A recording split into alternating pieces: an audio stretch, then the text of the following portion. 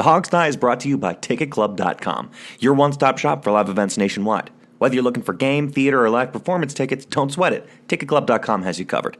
So make sure you're going there for all your live entertainment needs, and make sure you're clicking over to them from the banner at the top of thehogsty.com.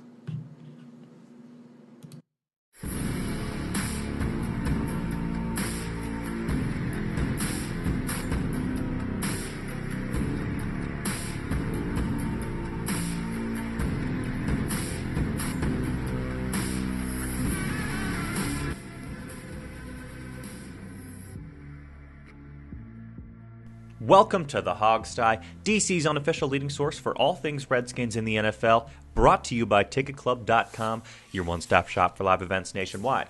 We're a week out of the draft. The metaphorical ink is still metaphorically drying on metaphorical contracts across the league, but not much else is really going on. It's the off-season dead zone after all. But come along with us anyway. My name's Sean Conti, and we've got Steve Thomas here on the show today as well. Steve, how are you? I feel kind of abandoned. It's just you and I doing this today. It's like, where'd these other guys go?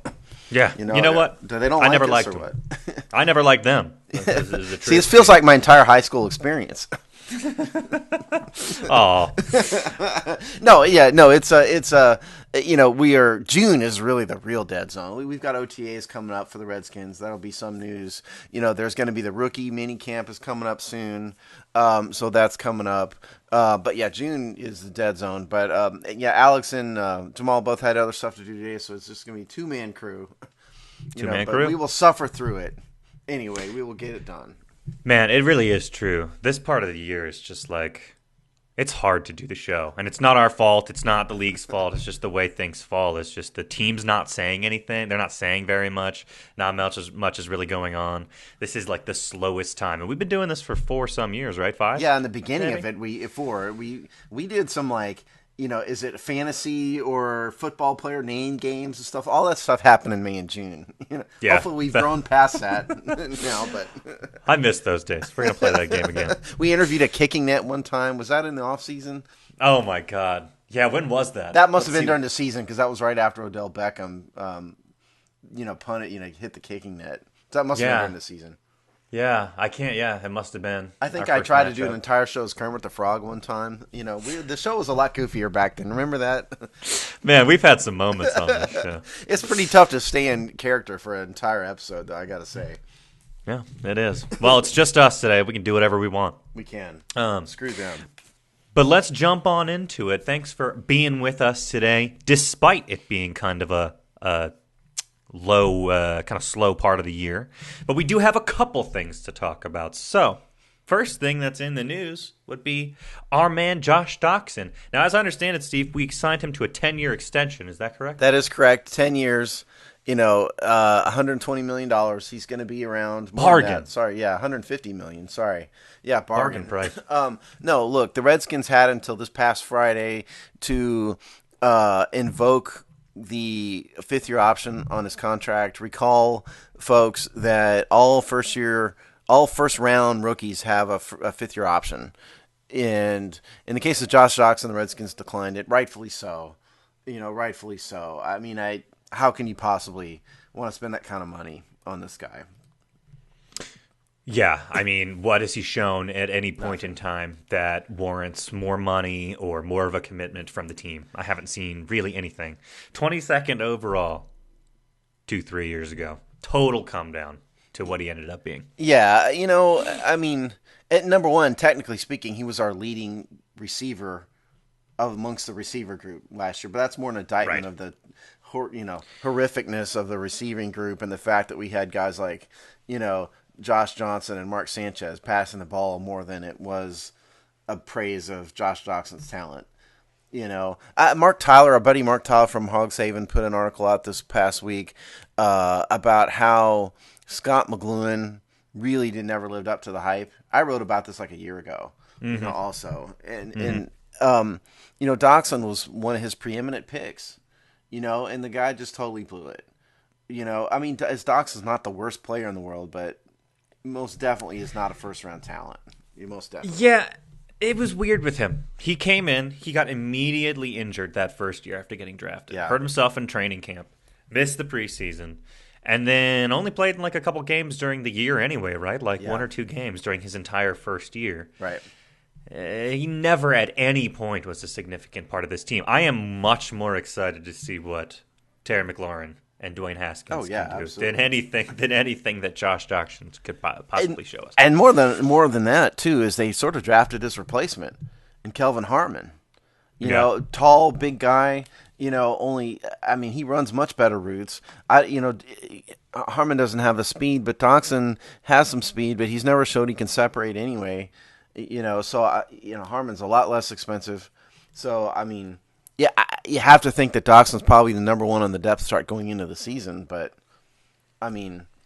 that's it. So I think the Redskins definitely made a good choice. They would have been absolute fools to sign this guy to the 5th year. Why on earth would you do that? I did take a look at I wrote about this, I don't know, 2 months ago maybe, and took a look at all of the receivers from Doctson's class, which was 2015. Oof, and then that's 16. Gonna hurt.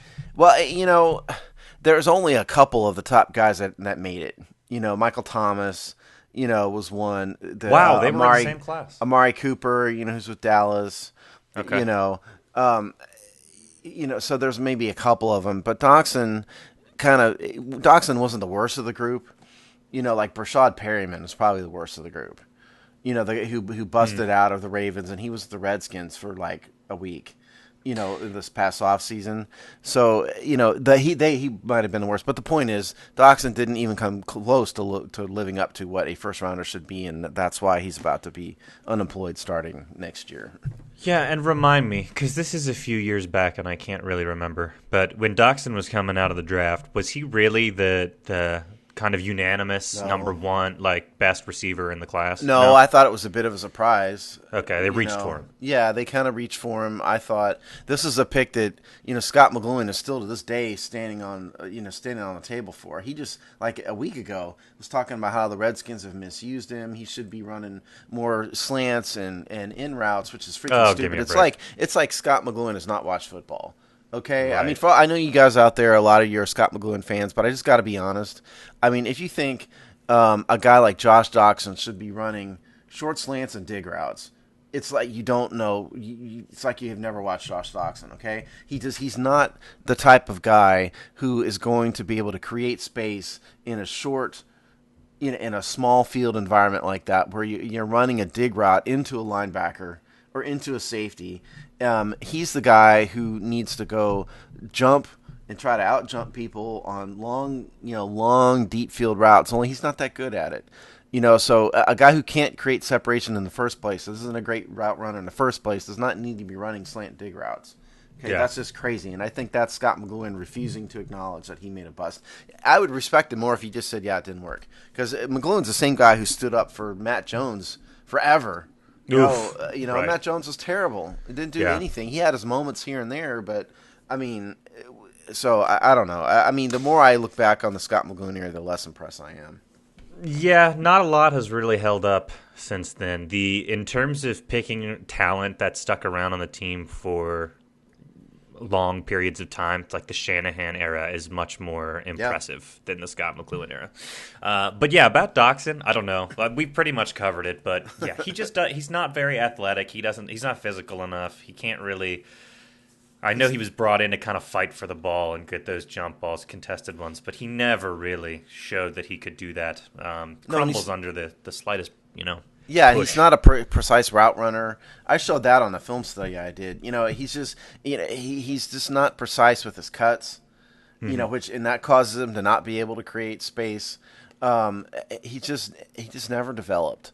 And Doctson probably go out there and have a legitimate argument that the quarterbacking hadn't been very good in at least this past year. But look, Kirk Cousins is a decent. Say what you want about Kirk Cousins, but he was a good starting quarterback. Yeah. I don't want to go down that rabbit hole, but point is, at least for a couple years while Doctson was here, they were not rolling Mark Sanchez out there. That's my point. He had an opportunity, and it just didn't happen for him. So, good luck to Josh Doctson. I think the team needs to move on. They probably ought to just cut him.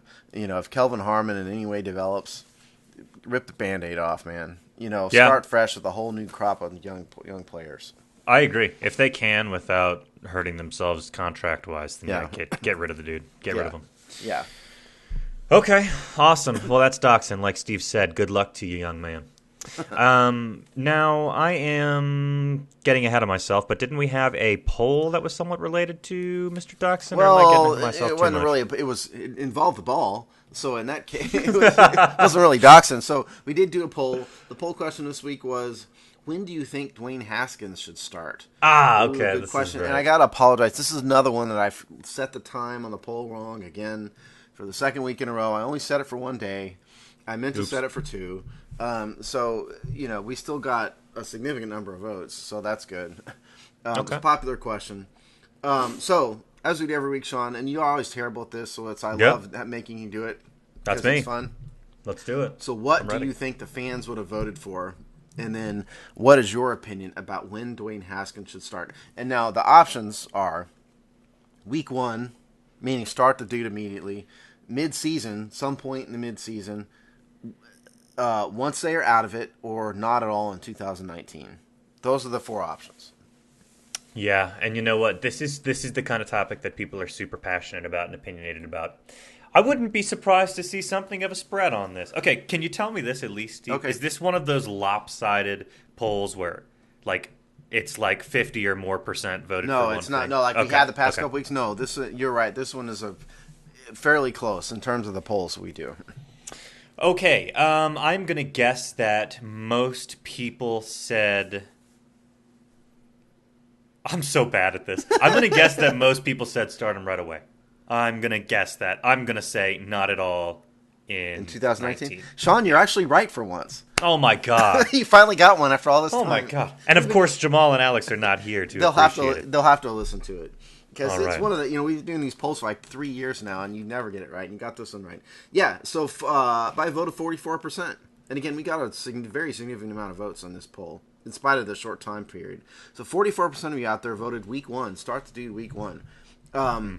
It doesn't really surprise me, but let's go over the rest of it here real fast. 29% voted mid-season, meaning kind of wait and, once he's ready, start him some point in the season.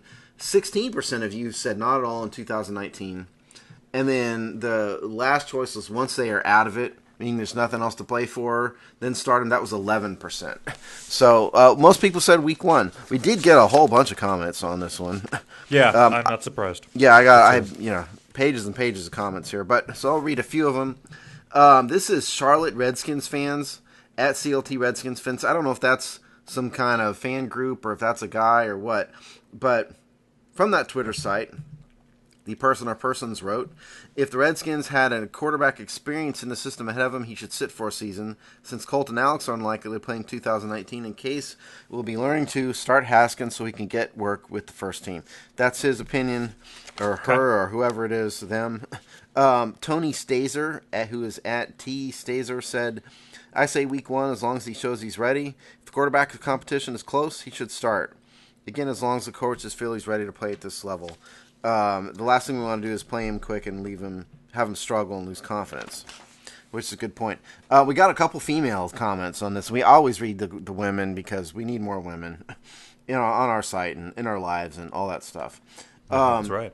Kimberly M. Parkhurst, who is at Sweet Parkhurst, she wrote, I hear he's a fast learner.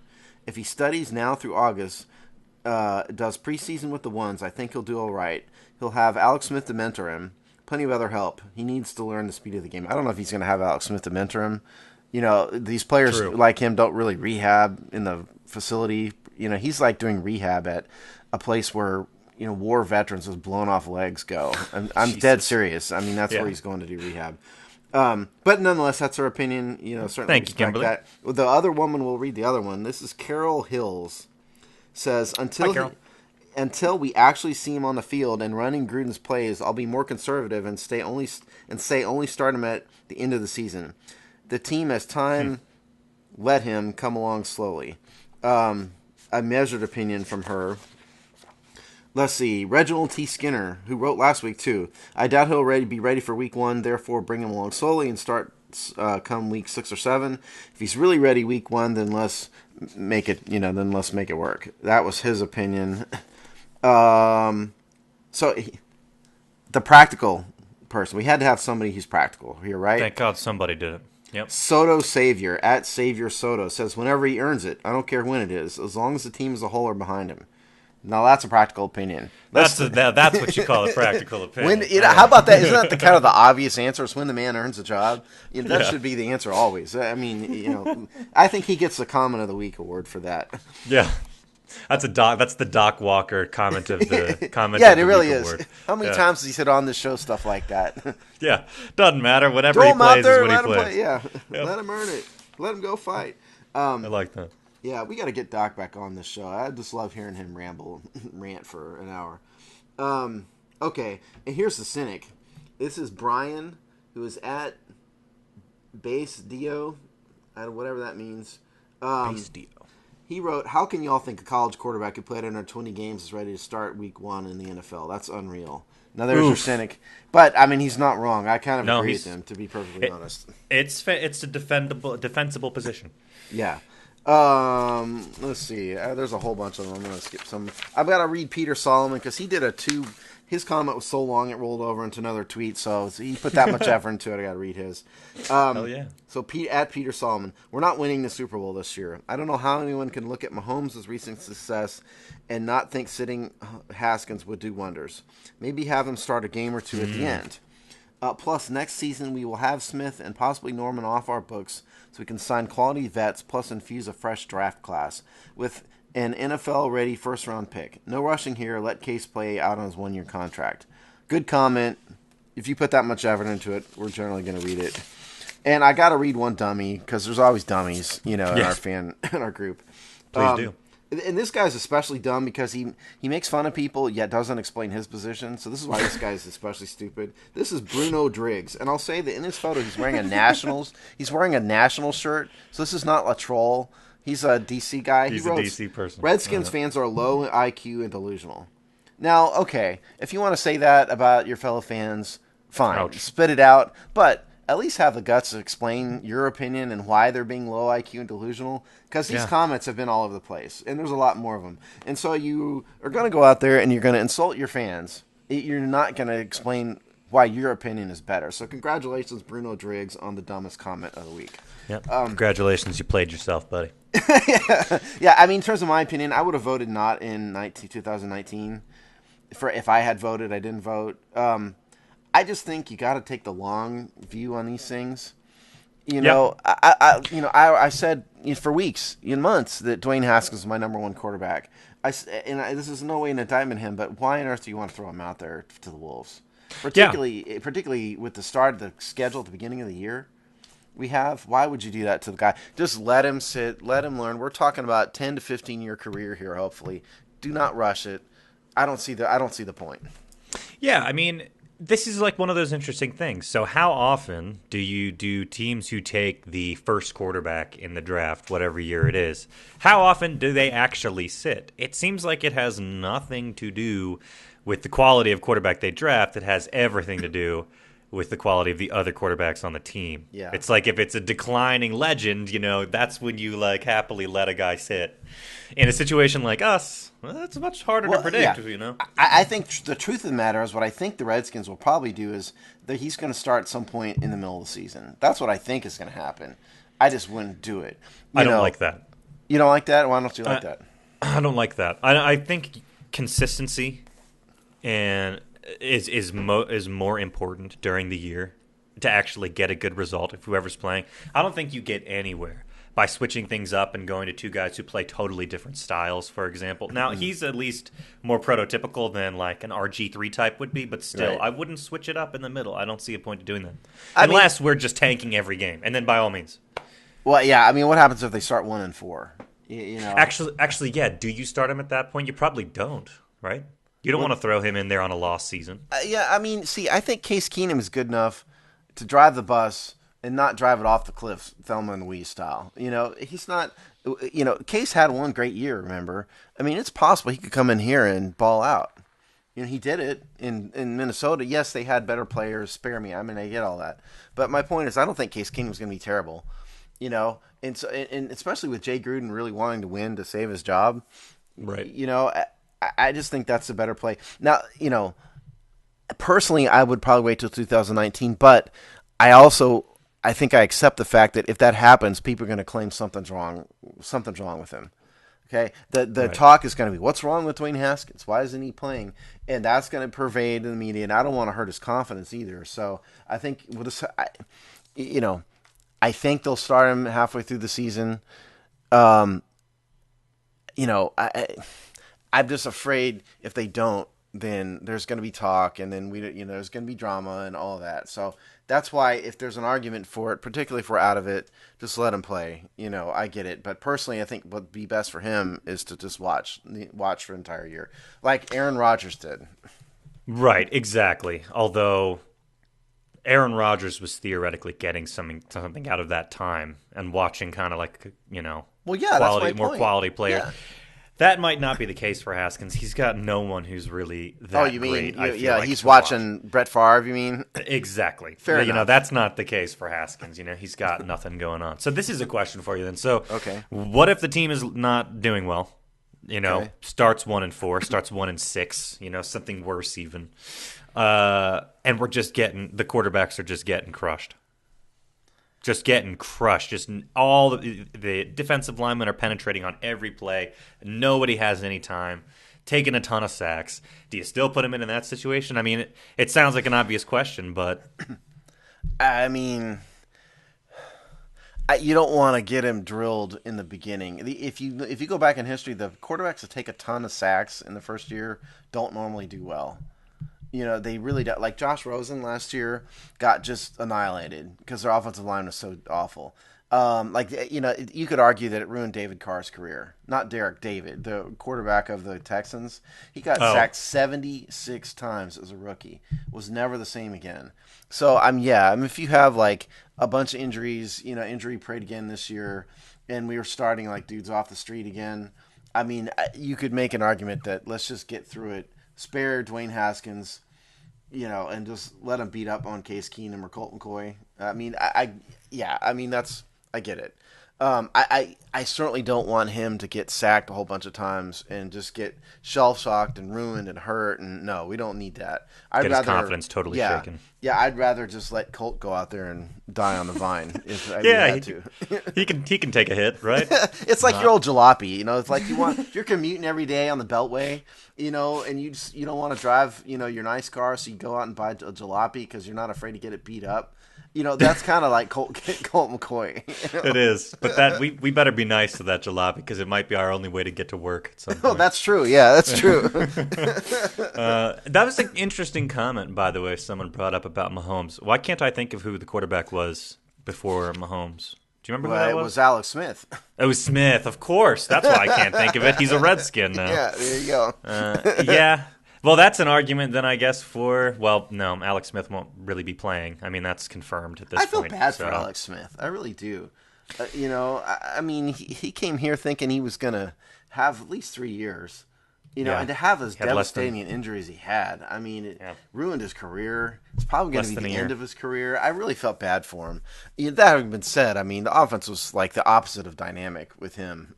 Between him and the receivers who were terrible, we had such a boring...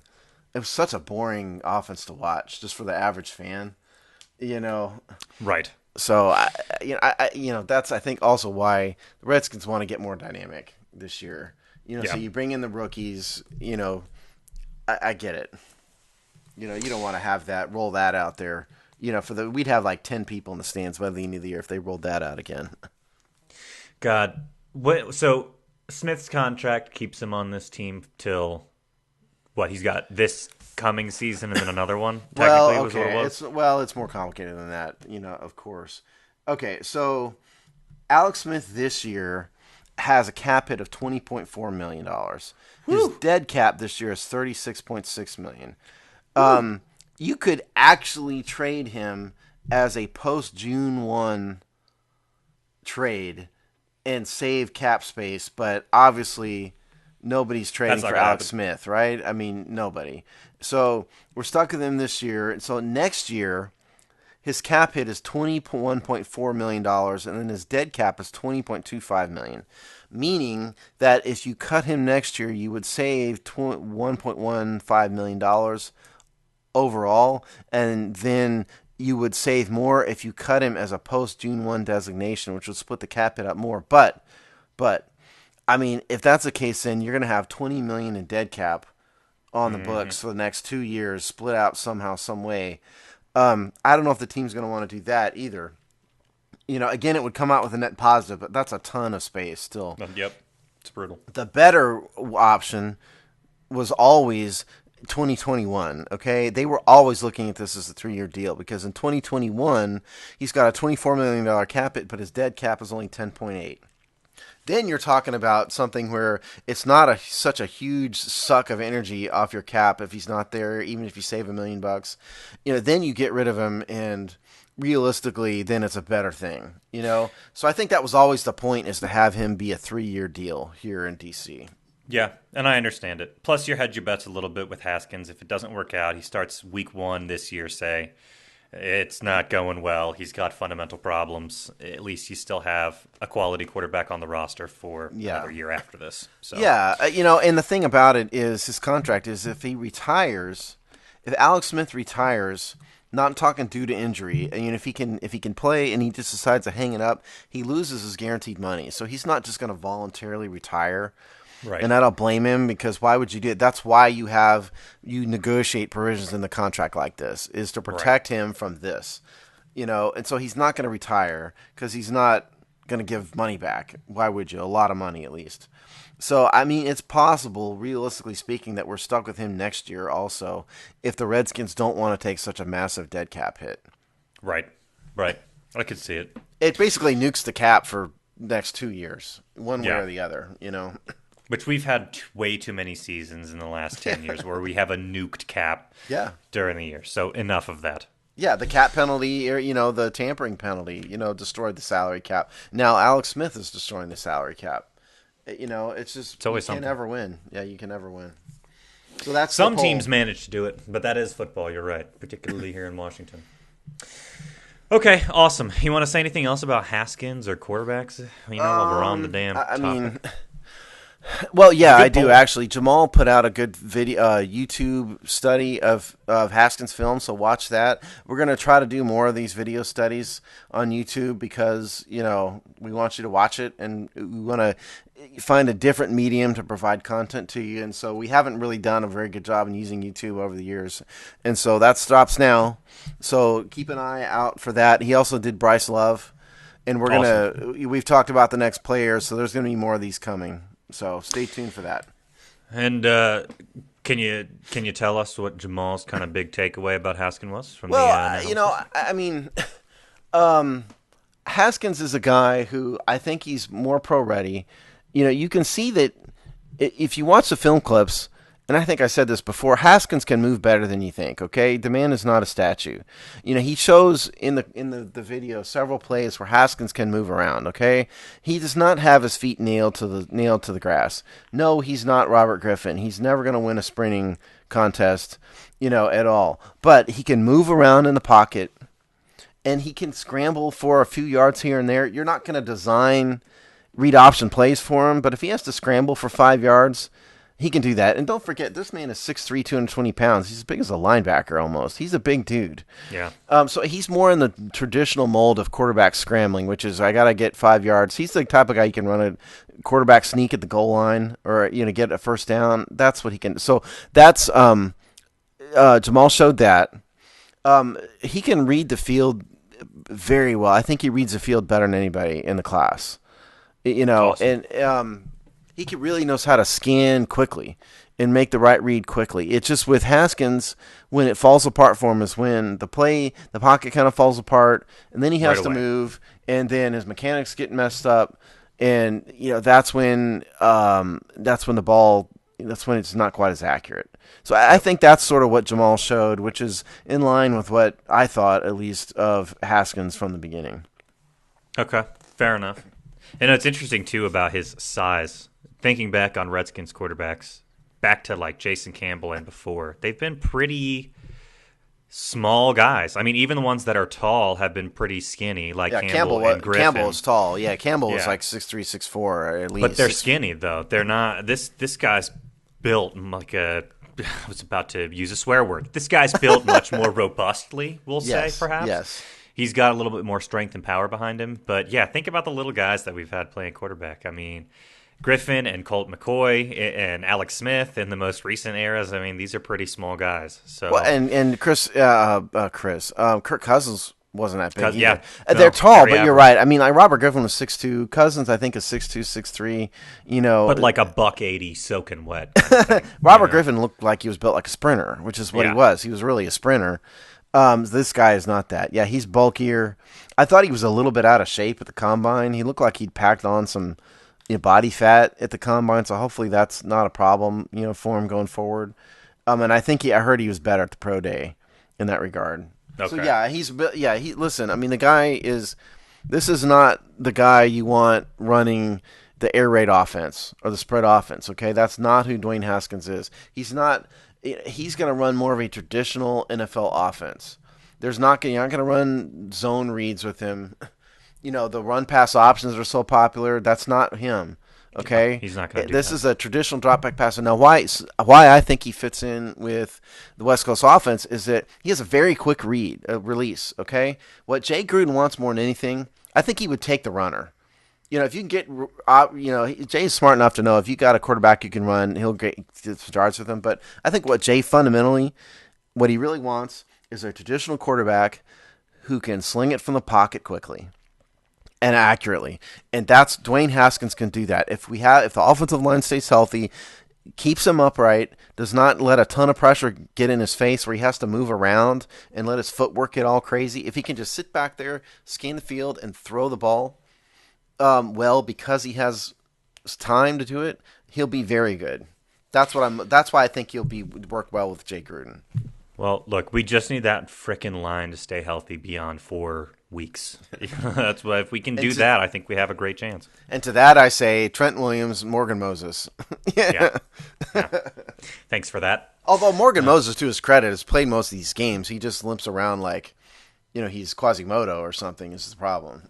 But he shows up, and that's half of life right there. It's just showing up. There you go. All right, awesome. Like Steve said, make sure you check out Jamal's analysis video on Haskins and Love. And check out our YouTube for sure. Good plug. Let's move on then. Let's talk about some undrafted free agents. I think that was the next thing we had on the agenda, right? We can do that now, or you want to do into the roster questions, Let's do the roster questions. Okay. No, I'm all over the place, Steve. Thank God you're here. All right, so Kareem Copeland over at the Washington Post put out a great article that we thought would be a great jumping off point for a conversation about the state of the roster in general. So the article was the top 5, I guess. 5 big Redskins roster questions coming out of the NFL draft. So shout out to Kareem Copeland for that one. But great conversation. I guess he starts with quarterback, which we kind of just went over. Yeah. But you want to just go down his list and kind of Yeah, sure. comment? I mean, the next one he did, which I think is the valid question, is left guard. Who will start at left guard? Because, yes, the Redskins signed Eric Flowers, who's supposedly going to be converted to guard. Yes, they drafted Wes Martin. Yes, they drafted Rosh Pierschbacher, which, Sean's Alabama friend vouches for. But you're talking about a 4th and a 5th round pick. Yeah. And then you're talking about Eric Flowers.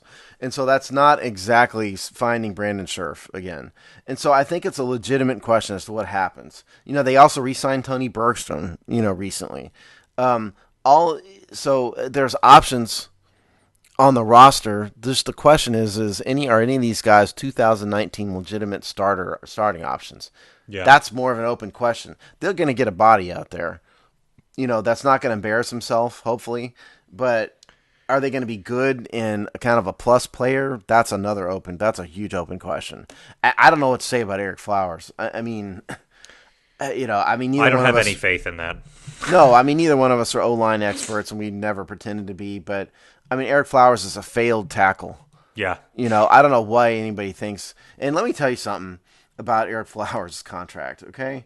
If you want to feel good about yourself, this is, be Eric Flowers. I thought you were down on this contract. Yeah, that's called sarcasm, Sean. Okay, good. Gotcha. Okay, they only signed him for they only signed. It's called my dry sense of humor that nobody gets, and it especially doesn't translate over the radio very well. Okay, so they only signed him for 1 year. That's the good news. The bad news is it's a $3.25 million contract with $1.5 million guaranteed at signing. Okay, and so that means if they cut him because he sucks, he costs the team $1.5 million. Why you had to give Eric Flowers, 46% guarantee, of his total value of his contract when he's a failed tackle that was cut by the Giants? Right. Why did you have to do that? Is the demand so much? Is there such a high demand for Eric freaking Flowers that you had to give him that big of a guarantee? I don't understand this at all. I don't, maybe they think he's going to be great. Maybe Bill Callahan stood on the table for him and said, I can convert him. I promise. I pinky swear. I don't know. But to me, if you just, like a basic business sense says, if you're competing for services in the free market economy, there's no need to start out at a high level if the demand is not there. Yeah. I don't get it. I don't think he's as bad maybe as what New York made him look like, but I agree. There seems like this is a guy that there was no demand for, and the fact that you gave him the bank was kind of surprising. Yeah, why couldn't they have waited, a month or two and sign him for a veteran's minimum? Yeah, this is like a panic thing. This feels like a panic move. Like you need somebody. You had so many injuries across the line. You're just desperate to get somebody in there. I don't know. It seems weird. I can't really explain that. But I will say this. I see an easy chance that one of the new guys beats him out for the job just by showing youth and enthusiasm. And if you don't have to show much to beat him out, I think, for the job. You just have to show good potential. And then you've showed enough. The Redskins have no problem playing linemen as rookies. Yeah, I mean, and it's not exactly beating out Russ Grimm, Yeah. You're beating out Eric Flowers and Tony Bergstrom. So yeah, I mean, I still have not sat down and watched Wes Martin film. Sorry, still haven't done it. I would you tend to think that your boy Pierce Barker may be in the lead just because he's got he's got kind of the history behind him, of playing in the SEC and all that. Right. It's certainly better for the team if one of them steps up. Because Eric Flowers probably isn't the future. Maybe he will be good. Who knows? And I know Eric personally is very excited. He's made that known to be playing for Bill Callahan, and I hope it works out. Believe me. But I think it's probably better for the team long term if either somebody between Martin or Pierce Barker, steps up and becomes the starter immediately. That'd be better for everybody. Yeah, and I'm hoping it's Martin because I think it would be great to have a really smart, really talented guy like Pierce Barker, if he pans out in the pro level, to play center. So it would be great if we could have them both in there. Yeah, I mean, and don't forget that Chase Roullier was a 6th-round pick that ended up starting year one. Yeah, there you go. So I'm not saying it couldn't happen, and at some point you kind of have to trust the coaches. The big question I have about this whole question is why I don't know why you had to pay Eric Flowers that much money. So anyway, that's Kareem's first open question. It's a valid, legit open question. Yeah, no doubt. We'll just have to see, what happens in training camp for that one. His second question. This one's a lot clearer, I think. We'll tell you what. I'm going to leave that one. We're gonna go out of order here. Okay. Because I think this is a bigger question. The secondary, okay? Mm-hmm. Landon Collins is locked in. Yep. Josh Norman is locked in. I think we've established they're not going to cut him. So he's got huge money. He and Collins, there's no doubt.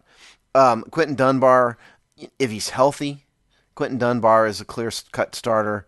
That having been said, we haven't heard a word one from him all offseason, and he had nerve damage, and it was really weird, and so who knows. But the big, huge open question to me is who on earth is the safety besides Landon Collins? I think that is a massive open question. Yep. Here's your options before you go, and I'll shut up. Your options are DeSazier Everett, Monte Nicholson, and Troy Apke. Who inspires confidence in Sean Conti? Oof. Everett, Nicholson, or Apke. Oh my goodness. Of those, probably Nicholson. I guess, of those ones. The guy who may get suspended. Yeah, I mean, but who do you consider higher caliber player? I'm not really happy with any of them. Yeah, no, to be perfectly honest. I mean, I guess you'd have to say Nicholson probably has the most talent at it. Right. But if he can play. If he can play.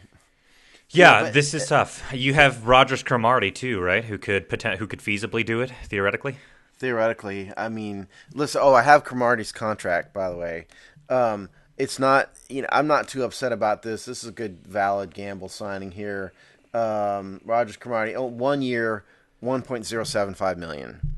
So, okay. I mean, that's something, that's a doable amount of money, and, I mean, he's got no dead cap hit whatsoever, so it's not guaranteed at all. So, and that's a good gamble. I mean, I'm fine with that. But, I mean, if we're counting on him, I think he needs something else to count on. No, to answer your question, none of these guys really inspire a ton of confidence. Unless something changes, that will probably end up being a position of relative weakness on the defense. Right.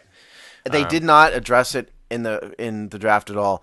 I mean, we knew that they couldn't address everything at a starter level.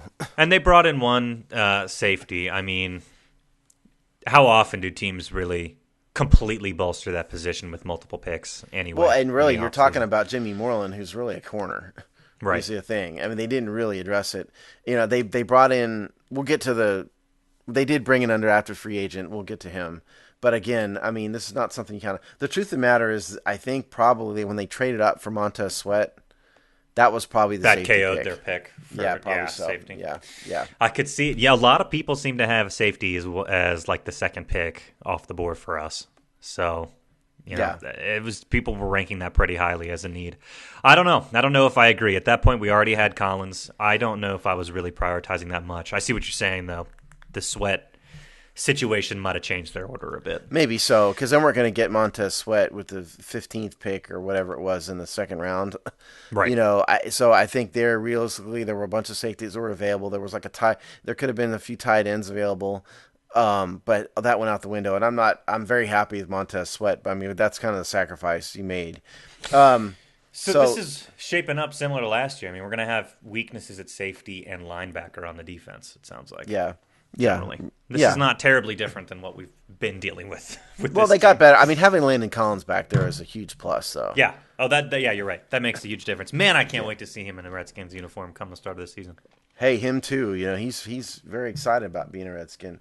Okay. One more open. There's a couple more of these, and I'm kind of deviating from Kareem's article here, but Kareem's question was really more specific about Terry McLaurin, but. To me, the roster question is the bigger picture of who's starting. Not so much Terry McLaurin, but wide receiver-wise, who's starting. Yeah, because, yes, we drafted two receivers who everybody's excited about, particularly McLaurin, because he played with Dwayne Haskins. And Kelvin Harmon was most people thought should have been drafted much higher than 6th round, so we're all happy with that. But at the same time, is the team really going to start two rookies at wide receiver? Probably not. I don't know. By necessity, Steve, I could see it being a distinct possibility. Well, that's the question. Hence the question. Who starts at wide receiver? Open roster question. You have to assume that Josh Doctson right now has a starting job. Yes, we just talked about him, but the fact of the matter is he's a vet, and he's the number one receiver right now. Paul Richardson is locked in at the Z receiver. But behind those two, what do you really have? Yeah. Paul Richardson's making too much money not to start. Think what you will about him. He's starting. Yeah, this is one of those things. I'm not as remiss to start a rookie wide receiver or even two of them as I would be starting rookies at other positions. I feel like this is one you can more safely start right away. It might not pan out. It might not go very well, but I understand that we're just coming from a lot of injury issues with Doctson, but this is one of those ones where I feel like it's less common for a receiver to suffer a season-ending injury or something in their first year. They have a little bit more of a cushion out there. I am a lot less hesitant about playing them right away, so I just say start them both. Start them both. Both. So you're putting Doctson on the bench then? Yeah. Okay. And I'd like to point out also that I think Kelvin Harmon, don't sleep on him at slot, okay? He's not your small, shifty guy, but the other type of body that does well at slot receiver are the bigger guys who are good route runners. Some of these bigger, like Harmon isn't a speedster, right? We know that about him. He doesn't have long speed. He doesn't have a lot of burst. But when you play slot receiver, particularly when you're talking about slot corners, who sometimes are smaller guys because they're more agile, if Kelvin Harmon really is a good route runner, he may do well inside. And when you have a cushion, because the slot receiver is dropped off the line of scrimmage a couple yards, that gives the receiver a step or two to accelerate. Okay, so it kind of alleviates the guy who doesn't have a ton of burst. And so if you have Harmon, who can run the dig routes inside because he's big enough to fight with linebackers, and if he has good hands and he makes good breaks and runs good patterns, maybe he can play well out of the slot. So I wouldn't sleep on that. He looks like your prototypical X receiver for sure. But don't sleep on that because I think that's possible. And so especially since, they're going to have to find a place for all these guys to play. Right. And don't forget about Cam Sims. Cam Sims last year looked great before he got hurt. So, you've got a bunch of guys, and Jay Gruden's son is on the team, Trey Quinn, who, must be related to Jay. Yeah. And he's locked into the slot receiver probably right now. He's probably number one on the depth chart at the slot position. So, they've got to find the most talented guys out of this bunch, and you've got to find ways to get them on the field. Cam looked like last year to me like he was great on the outside. He played slot at Alabama, but you cannot use the Alabama passing attack as an example because Jalen Hurts is a terrible passing quarterback, and they had Calvin Ridley, who was the outside guy, and they just were trying to get Cam on the field more than anything else. Cam Sims looked like a great outside receiver to me. I think he's stuck on the outside. Whether he's the starter, number two, whatever. So if Terry McLaurin, Jay, he looks to me like you could put him in the small shifty slot set, but I think he's talented enough. And Jay said this at the presser. You could also put McLaurin on the outside. Right. I think I'm going to try him all over the place and see where he fits best. So I think in terms of the group, I don't think really anybody but Paul Richardson's locked in. They're going to find the best guys in the best slot in the best position for them and throw them out there. And it may not look exactly like what you might think. You may have the small guy McLaurin on as the X and then Harmon in the slot and then Richardson at the Z. Or you may have Cam Sims out there. Or maybe Harmon is outside, in which case you'd have Harmon, Trey Quinn, and Richardson. Or maybe McLaurin ends up in the slot. I think this is a very interesting group to watch. And it's a very interesting question. Prediction. Okay. McLaurin and Richardson on the outside. Harmon in the slot. That's my prediction. What's yours? So you're saying McLaurin and Richardson are the two outside receivers? Yeah. Starting. That's I what know. I'm predicting. I think if that's the case, then Brian Quick probably starts the year at slot. Just because, Kelvin Harmon probably has not played a ton of slot receiver in his life. Not that, no, Redskins don't care. Jay Gruden doesn't care. No, he'll put you in there. Yeah, but again, there's that's the other type of receiver that fits well at slot, is what I just described. So I think he can do it. Trey Quinn just scares nobody. Right. The opposing defenses aren't going to be afraid of Trey Quinn. So, we'll see how he does. I don't know, man. Like Richardson, you said, it's an interesting group. Yeah. If you ask me to commit, because I don't want to be wishy-washy in this show, so I will predict. I'll say, I'm going to say Richardson starts at the Z, Doctson starts at the X. Oh, wow. And they're going to try to work McLaurin in at the slot to get him on the field. I just think the Doctson experiment is over. I completely understand what you're saying, but I just think it's over. I don't see him significantly. I hear you, but he was the leading receiver last year. Yeah, but amongst the receivers. In context, though, it's a lot less impressive. There's no other choice. I completely agree with you. Yeah. But you asked me for a prediction, so that's what I'm going to say. No, I don't know if that's the right thing to do. I'm just saying I think that's what's going to happen.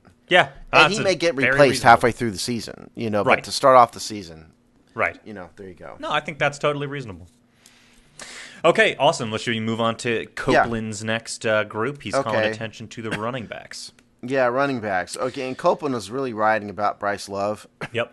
But sort of the long-term roster question is, this. Adrian Peterson is going to be here another year, maybe two, tops. Okay. Yeah. I mean, he signed a 2-year contract.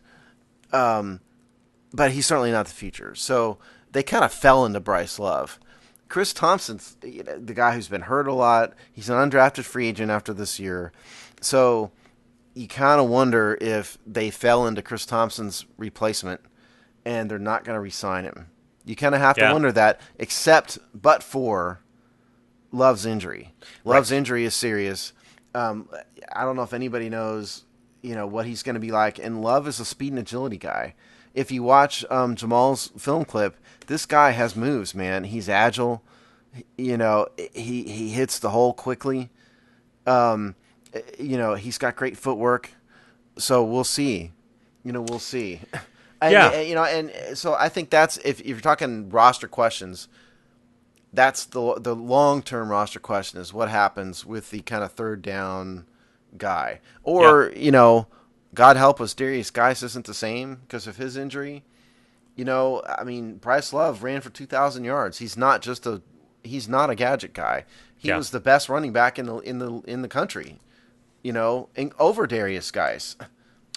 What do you? And I really like absolutely, and I really like too what Copeland's called attention to here because of the injury problems to Thompson and Geis. Do you keep 5 running backs this year? Do you hang on to all of them? I mean, that's a pretty reasonable question. I could see that being a defensible choice. It's a lot of running backs, but God, if anyone needs that many running backs, it's us. I mean, the problem is, if you keep that many running backs, somebody else has got to go. They have 5 quarterbacks on the roster now too right now. Wow.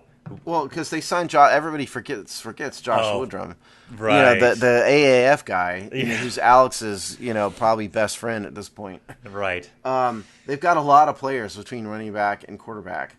So, do they keep 5? I mean, you have to think Elijah Wellman is not long for the team, right? Probably not. I mean, a fullback would be great to have, but that's a luxury position. That ain't Jay's thing, you know?